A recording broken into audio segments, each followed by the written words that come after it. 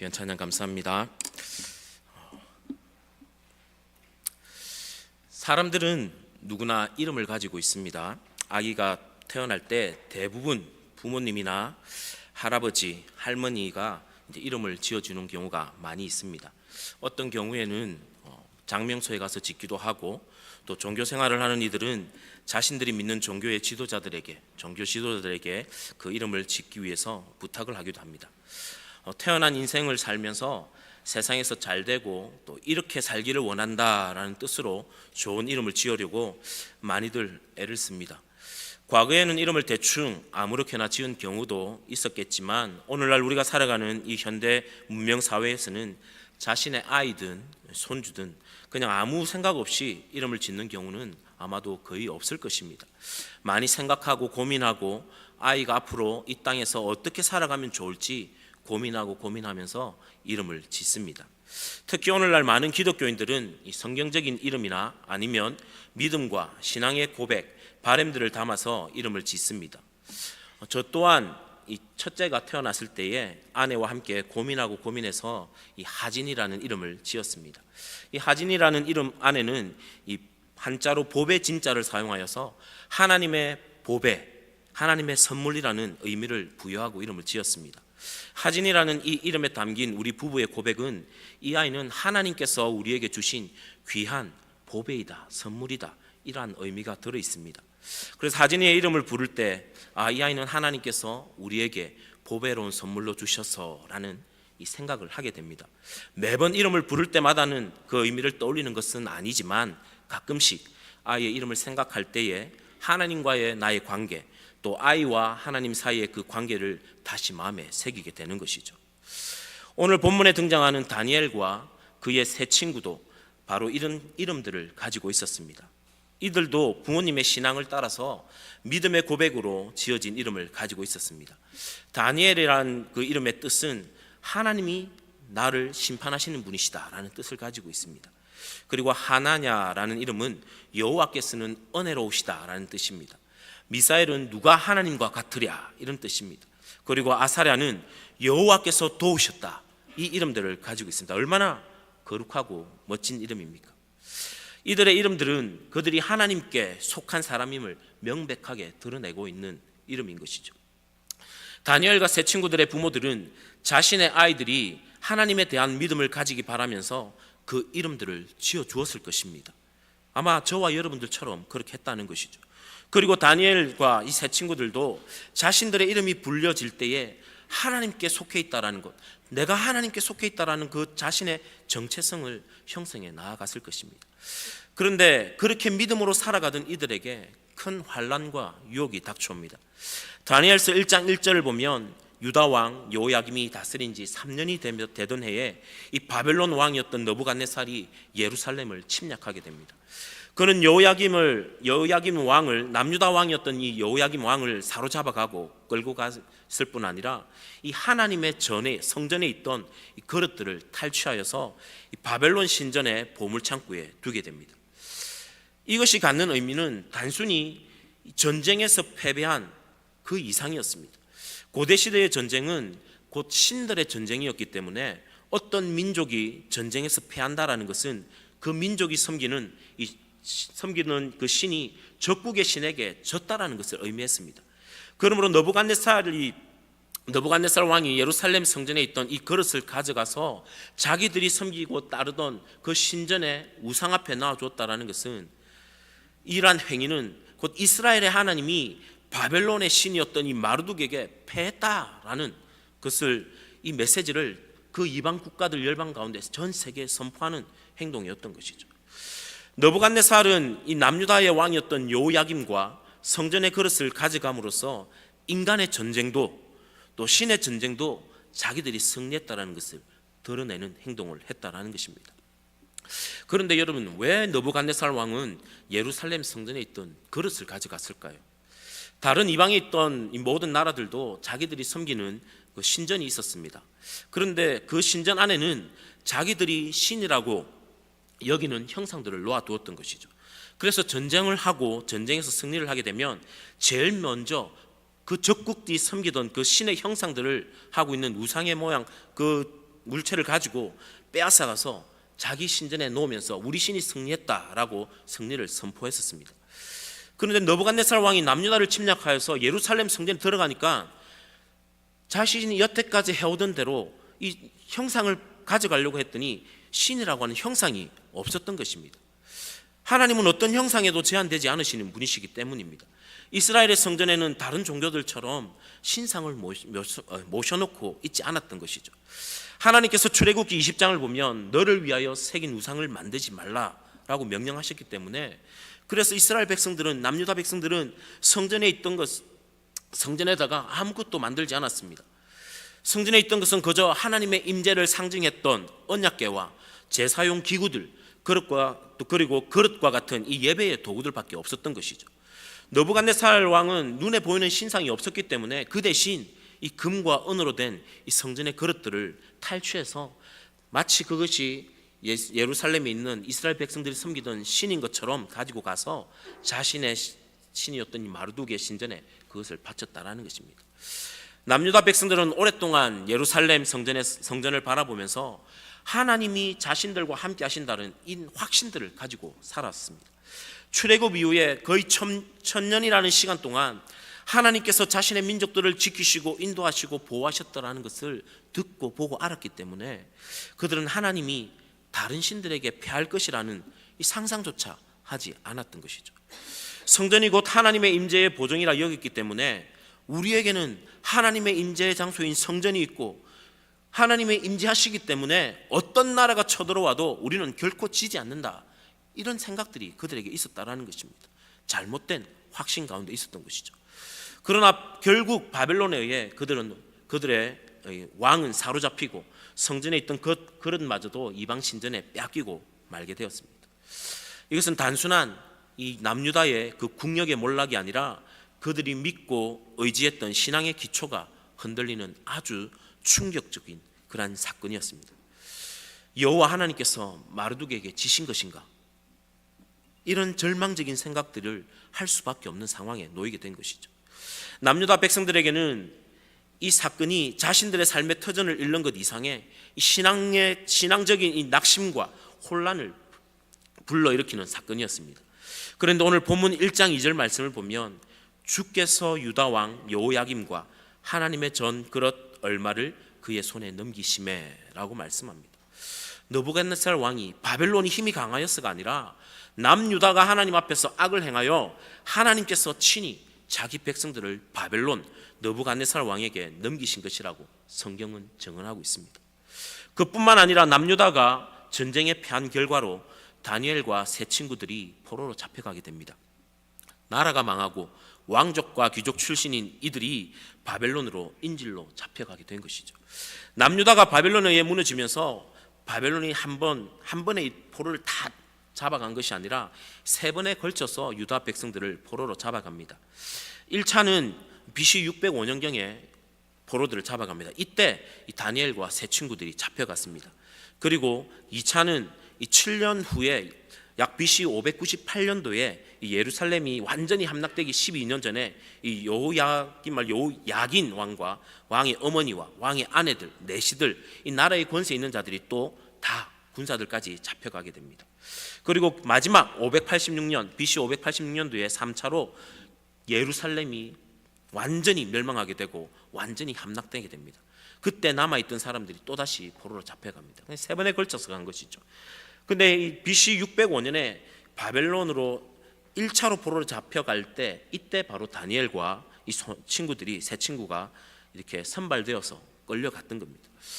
포로로 끌려갔는데 그 선발 기준이 성경을 보니까 굉장히 까다롭습니다. 오늘 본문 3절 4절을 보면 먼저 왕족과 귀족의 핏줄이어야 했습니다. 또 흠이 없어야 했습니다. 그리고 외모도 준수해야 했고 재능과 지식이 그리고 학문이 아주 뛰어난 소년들이어야 했습니다. 이미 이들은 그냥 있어도 왕궁에서 설만한 자격 조건을 갖춘 그러한 소년들이었던 것이죠. 그런 기준으로 소년들을 인질로 잡아가서 이 유대인 소년들을 그 당시 제국의 이 공용 언어였던 아람어와 바벨론의 언어와 또 바벨론의 학문을 가르치려고 했던 것입니다. 이때 다니엘과 세 친구가 포로로 잡혀갔던 것이죠.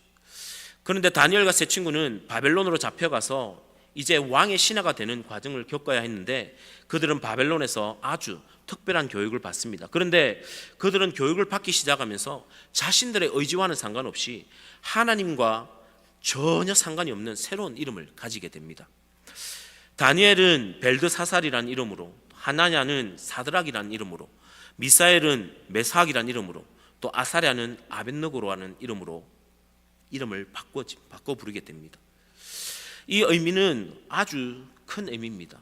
이전에 가지고 있던 이름들은 하나님과의 관계를 증명하고 하나님의 백성으로서의 그 정체성을 드러내는 이름이었다면, 이제 바뀌어진 이 이름들은 이방 신들에 관련된 이름들입니다. 이 벨드사살이라는 이름은 벨이 나의 생명의 보호자다라는 겁니다. 이 벨은 바벨론의 최고의 신이었던, 우상이었던 신 이름입니다.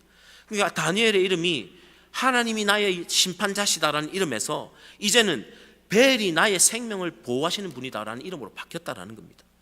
하나냐도 사드락으로 이름을 바뀌면서 나는 달의 신이 두렵다라는 이름으로 바뀌게 됩니다. 미사엘도 메삭으로 이름이 바뀌면서 누가 샤크 여신과 같으랴 이렇게 바뀌어버립니다. 아사랴도 여호와가 도우셨다라는 이 거룩한 이름이 이제는 아벳느고라는 이름으로 불의 신 너고의 종이다, 이런 말로 이름이 바뀌어 불려지게 됐다라는 겁니다. 여러분, 사실 우리는 다니엘과 세 친구의 이름을 아주 익숙한 이름으로 자주 부릅니다. 벨드사살과 사드락과 메삭과 아벳느고, 우리 그렇게 잘 알고 그렇게 부르지 않습니까? 그런데 사실 이 이름 내 이름들이 사실은 하나님과 상관없는 우상신들과 상관이 있는 이름입니다. 그래서 가능하면 우리는 다니엘, 하나냐, 미사엘, 아사랴, 원래 히브리식 이름을 사실은 부르고 사용을 해야 하는 것이죠. 어쨌든 나라도 잃고 포로로 잡혀와서 이제는 하나님에 대한 믿음의 고백을 담아 지었던 이름마저 바벨론의 신들을 숭배하는 이름으로 바뀌어 버리게 된 것이죠. 느부갓네살의 환관장이었던 아스부나스가 이렇게 이름을 바꿔버린 목적이 있습니다. 왜 그렇겠습니까? 바로 다니엘과 세 친구들의 그 정체성을 없애버리려고 했기 때문입니다. 민족성을 없애고 새로운 제국 바벨론을 위한 교육을 시키기 시작한 것이죠. 느부갓네살 왕은 각국의 인재들을 데려와서 바벨론식의 민족 교육을 시키고 다시 정복지로 돌려보내서 이 바벨론의 속국으로 삼으려고, 그때 지도자들로 사용하려고 그러한 계획들을 세우고 있었던 것입니다. 이렇게 절망할 수밖에 없는 상황 속에서 더욱 힘들게 이 다니엘과 세 친구를 힘들게 만들었던 것은 아마도 왕이 환관장을 통해서 왕이 지정하여 준 그 왕이 먹고 마시던 왕의 진미와 포도주를 날마다 공급해 주었다라는 것입니다. 왜 이렇게 왕의 진미를 주었을까요? 느부갓네살 왕은 가능한 최선의 관용과 도움을 베풀고 또 좋은 것을 주어서 그들로 하여금 스스로 자원하여서 자신에게 충성하도록 만들기 위해서였다라는 것입니다. 그런데 한 가지 기억해야 하는 것은 이 왕의 진미는, 왕이 마시는 포도주는 이미 우상에게 바쳐졌던 음식들이라는 것입니다. 그렇기 때문에 이 다니엘과 세 친구들이 그것을 거부하였던 것이죠. 여러분, 그런데 생각해 보십시오. 포로의 입장에서 나라와 민족이 망했습니다. 그런데 그 망한 나라에서 엘리트로 이 강대국에 뽑혀왔습니다. 그들은 왕의 진미와 바벨론의 아주 뛰어난 학문과 문화를 배우고 그 과정을 잘 견뎌내면 그들은 이제 3년 후에 왕 앞에서 왕의 신하로서 거기서 소위 말하면 아주 고급 공무원으로 일하게 된다는 것입니다.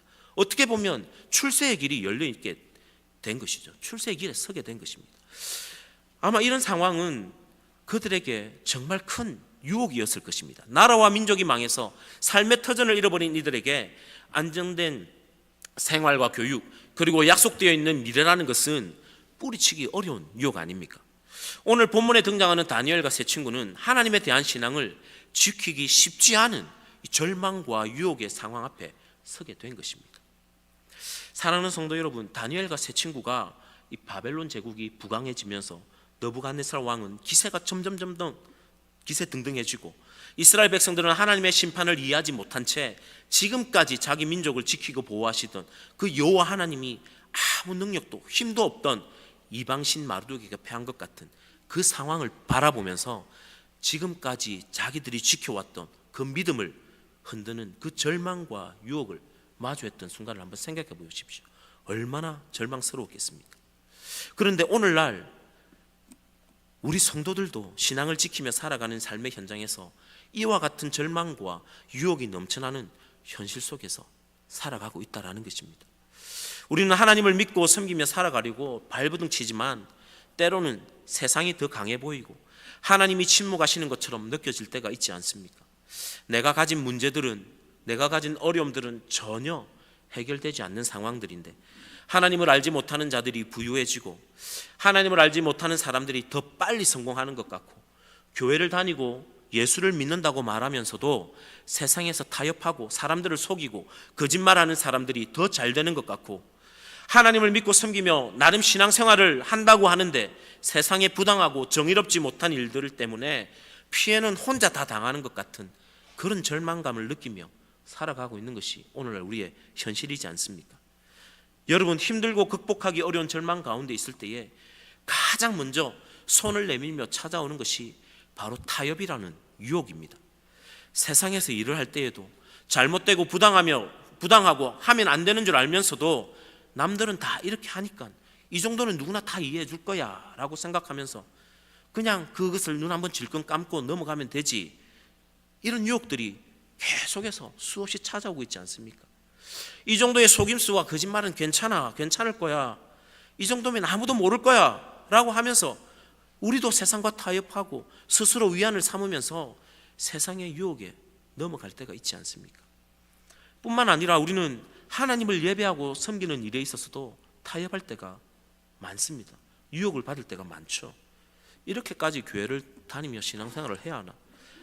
예배를 다 참석하라고 하는데 예배를 다 참석해야 하나? 몸이 피곤하고 이제는 나이가 들어서 힘이 드는데 교회 가서 예배를 드리는 것보다 오늘은 좀 온라인 예배를 통해서 좀 쉬지 뭐 괜찮을 거야.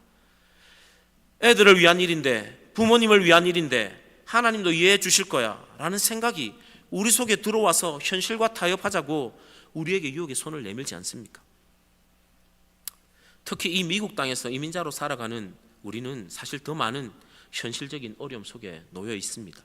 언어의 장벽도 있고 문화의 차이도 있고 경제적으로는 너무나 부담이 되고 겨우겨우 인생을 살아내고 은퇴를 했는데 은퇴 이후에도 끊임없이 자녀와 손자, 손녀들을 위해서 희생해야 하는 삶을 살아내야 되고 그런 어려운 상황 속에서 마음 맞는 한 명의 친구조차 만들기 어려워서 외로움과 소외감 속에서 홀로 그렇게 살아가고 있는 것이 우리 현실 아닙니까? 이런 상황 속에 살아가면서 하나님의 자녀로 믿음을 지키는 것이 정말 어렵게 느껴질 수 있습니다. 하지만 여러분, 이것을 아셔야 합니다. 타협하라고 손을 내밀며 찾아오는 그 유혹의 순간이 바로 하나님의 자녀로서의 정체성을 지킬 수 있는 기회라는 것입니다. 성도 여러분, 다니엘과 세 친구들은 나라를 잃고 포로로 끌려가는 환난과 역경 속에서도 믿음을 지켜냈습니다. 그들은 이름이 바뀌고 문화가 바뀌고 삶의 환경이 완전히 뒤바뀌었지만 하나님을 향한 그 정체성은 바뀌지 않았습니다. 그 비결이 무엇이었을까요? 다니엘과 그 친구들은 하나님의 뜻과 하나님의 계획을 알고 그 모든 유혹과 타협의 순간을 믿음으로 이겨낼 수 있었습니다. 다니엘 1장 8절을 보면 다니엘은 뜻을 정하여 왕의 음식과 그가 마시는 포도주로 자기를 더럽히지 아니하리라 하고, 이 말씀은 다니엘과 그 세 친구들의 단순한 결심이 아니라 깊은 신앙의 고백입니다. 다니엘은 상황을 보고 결정한 것이 아니라 말씀을 보고 뜻을 정하였다는 것이죠. 다니엘이 뜻을 정할 수 있었던 이유를 생각해야 합니다. 만약 다니엘이 자신이 처한 상황과 자신의 형편만을 보았다면 조금만 타협하면 이제는 안정된 삶과 평안한 삶과 앞으로 성공할 수 있는 삶을 살아갈 수 있다라는 그 유혹을 뿌리치고 하나님만을 섬기겠다는 뜻을 정하지 못하였을 것입니다. 그러나 다니엘서를 통해 알 수 있는 것은 다니엘이 느부갓네살의 꿈을 알아맞히고 해석할 수 있었던 것도 이미 모세의 책들을 통해서 다니엘은 요셉이 어떻게 꿈을 해석했는지 습득하였던 것을 알 수 있습니다. 요셉의 이야기뿐만 아니라 하나님의 말씀을 읽고 알고 그 말씀을 살아계신 하나님의 말씀으로 믿었기 때문에 다니엘은 모든 상황과 형편과 유혹을 뿌리치고 자신이 하나님 앞에서 자신을 더럽히지 않겠다라고 뜻을 정할 수 있었던 것이죠. 다니엘은 말씀을 통해 하나님께서 기뻐하시는 일이 무엇인지 알았다라는 것입니다.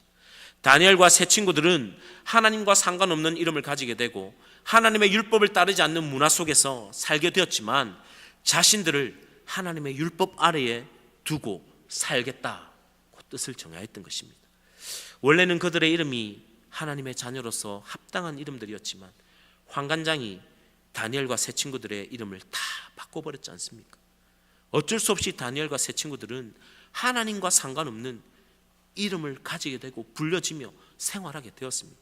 그들은 여전히 하나님과 상관 있는 삶을 살기로 선택을 했습니다. 상황과 상관없이, 내가 무엇으로 불리든 상관없이 나는 하나님 뜻대로 하나님의 자녀로서 살겠다 결정을 하였던 것입니다. 그들은 하나님의 백성으로서 자신의 정체성을 지키기로 결정하며 믿음을 지켰던 것이죠. 다니엘과 세 친구들은 말씀을 알고 있었기 때문에 뜻을 정할 수 있었고 하나님이 주신 그 율법 아래에 자신들을 두었기 때문에 세상이 평안과 성공을 주겠다며 유혹의 손을 내밀 때에도 타협하지 않았습니다.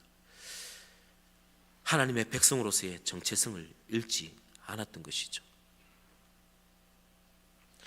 우리는 이 미국 땅에 살게 되면서 대부분 새로운 영어 이름 하나씩을 가지게 됩니다.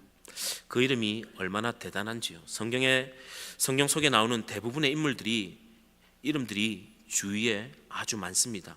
그렇게 이름을 지은 이유는 분명히 그 성경의 인물처럼 하나님 앞에서 살고 싶은 고백이 담겨 있다 생각합니다. 오늘날 우리는 하나님을 자유롭게 섬기고 따를 수 있는 환경에서 살아갑니다.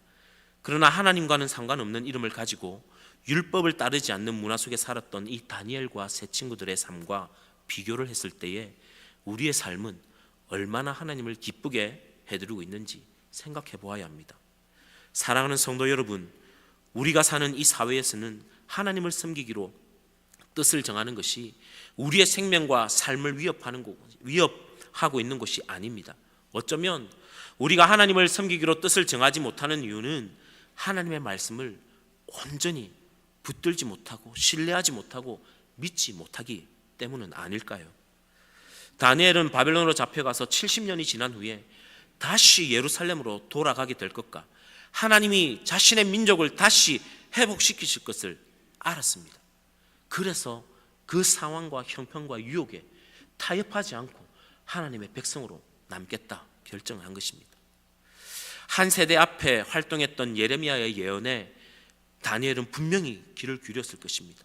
하나님께서 선지자들을 통해 주신 그 예언의 말씀을 믿는 그 믿음이 다니엘과 세 친구들에게 있었기 때문에 그들은 하나님만을 섬기겠다 결정하며 유혹과 타협을 뿌리칠 수 있었던 것이죠.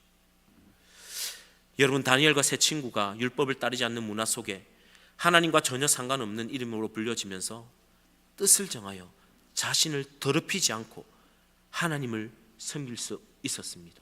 그 이유는 하나님의 말씀에 대한 확신과 그 말씀이 분명하게 이루어질 것이라고 믿었기 때문입니다. 여러분, 다니엘서 전체를 통해 하나님이 하시는 말씀은 이 세상의 제국들이 일어서고 넘어지는 그 모든 일이 인간의 힘과 부에 의한 것이 아니라 역사의 주관자이신 하나님의 계획과 섭리 아래에 있다는 것과 또 세상의 왕들을 파하시고 세상을 구원하실 메시아가 앞으로 오실 것을 말해주고 있습니다. 다니엘서의 내용이 그것입니다. 근데 2000년 전 그 메시아는 이미 오셨고 우리의 죄를 대속하시기 위해 십자가에서 죽으시고 부활승천하셨습니다. 이제 우리는 믿음으로 예수님의 재림을 기대하고 고대하며 살아가는 그리스도인들입니다. 예수님이 다시 오시겠다고 하신 그 약속의 말씀을 오늘날 성도들이 믿는다면 우리의 삶의 모습은 그리스도를 기다리며 그리스도를 닮아가야 합니다. 그리스도인이라는 이 이름은 초대교회 때 안디옥에서 다른 사람들이 붙여준 이름입니다. 그리스도인이라는 호칭은 신약에 3번 나타나고 있는데 그 중에 처음 나타난 곳이 사도행전 11장 26절입니다. 안디옥에서 바나바와 사울이 교회에서 1년간 모여있어 큰 무리를 가르쳤고 그 제자들이 비로소 그리스도인이라는 이름을 받게 되었더라 라고 말씀합니다. 그리스도인이라는 이 호칭은 처음에는 신자들이 아닌, 성도들이 아닌 교회 밖에 다른 사람들로부터 불려지기 시작했던 것이죠. 저 사람들이 좀 이상하다. 우리가 생각하고 우리가 살아가는 방법과 좀 차이가 있다. 우리가 살아가는 기준하고는 뭔가 다르다. 뭐가 다르지? 고민하면서 보고 옆에서 바라보았더니 이들이 예수 그리스도를, 예수님을 따라 살아가고 있는 것을 보게 된 것이죠. 그래서 저 사람들이 십자가에 달려 죽은 그 나사렛 예수를 따라 살아가고 있네. 그와 비슷하네. 이것을 보고 다른 사람들이 그리스도인이라고 부르게 되었다라는 것입니다. 세상 사람들과는 삶의 방식이 다른 것입니다. 우리가 가진 그리스도인이라는 이 이름은, 이 이름의 정체성은 우리가 그리스도를 닮은 모습이 드러나야 하는 이름이라는 것입니다. 사랑하는 성도 여러분, 다니엘과 세 친구들은 하나님을 잘 섬기던 자들이었습니다. 그러나 그들은 나라를 잃고 포로로 끌려가며 하나님을 향한 믿음의 고백이 담긴 이름마저 빼앗겨야 했습니다. 그들 앞에는 환난과 함께 유혹의 손길이 뻗쳐왔습니다. 하나님과 상관없는 이름으로 불리게 되고 하나님의 율법과는 다른 문화 속에서 살아야 했지만 그들은 하나님의 백성으로서의 정체성을 잊지 않았습니다. 오히려 바벨론 땅에서도 하나님의 이름을 높이며 살아냈습니다. 오늘 우리도 예수 그리스도를 믿음으로 그리스도인이라는 새로운 이름을 부여받았습니다. 이 이름은 단순한 호칭이 아니라 예수님을 닮아 살아가는 삶의 방향이며 하나님께 속한 자로서의 정체성입니다. 그렇다면 세상은 우리를 그리스도인이라 부르고 있습니까? 우리의 삶에서 그리스도의 향기가 드러나고 있습니까? 혹시 우리가 세상의 기준에 익숙해지고 성공과 편안함을 쫓는 삶 속에서 그리스도인의 정체성을 희미하게 만들고 있지는 않은지 돌아볼 수 있기를 바랍니다. 여러분, 오늘 이 시간 우리 모두가 그리스도인의 정체성을 다시 온전히 회복할 수 있기를 바랍니다. 아무리 힘들고 어려운 상황이 다가와 우리들에게 세상의 방법으로 타협하자고 유혹해 올지라도 다니엘이 자신을 더럽히지 않겠다고 뜻을 정하였던 것처럼 우리도 우리 자신을 더럽히지 않겠다고 하나님 앞에서 뜻을 정하여 세상과 타협하지 않고 유혹에 넘어가지 않는 믿음으로 말씀을 붙들고 예수님을 따라 살아갈 수 있기를 바랍니다. 우리가 그리스도인이라는 이름에 합당한 삶을 살아가고자 할 때 우리 하나님께서 우리의 생각을 뛰어넘는 크신 은혜로 우리를 보호하시고 도우시며 인도하실 것입니다. 이곳에 계신 여러분 모두가 예수 그리스도의 이름을 드러내는 그리스도인으로서의 복된 삶을 누리며 살아가시기를 주님의 이름으로 축복합니다. 기도하겠습니다.